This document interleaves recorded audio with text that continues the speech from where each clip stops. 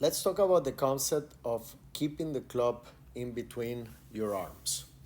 When you see Tiger Woods taking the club back, and you see here his arms, the triangle, the club is still in between his arms, the same way it was in between his arms at setup. A lot of amateurs take the club more in this fashion, and by the time he gets to the same point where Tiger is, which is pretty much shaft parallel to the ground, you see that the club is no longer in between his arms. It's completely behind it.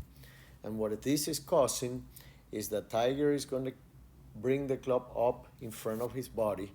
The student is going to take the club more behind him.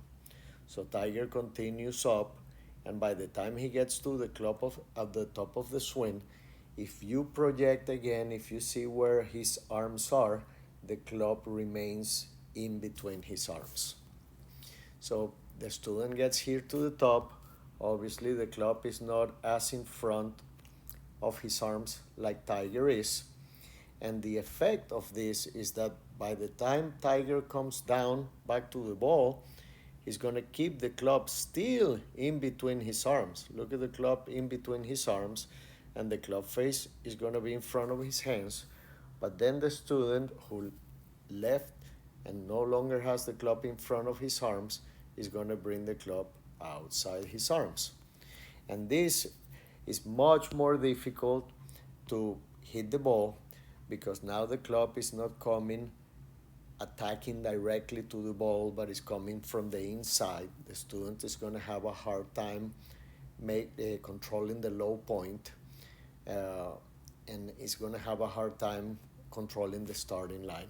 Tiger, on the other hand, kept the club in between his arms the whole time.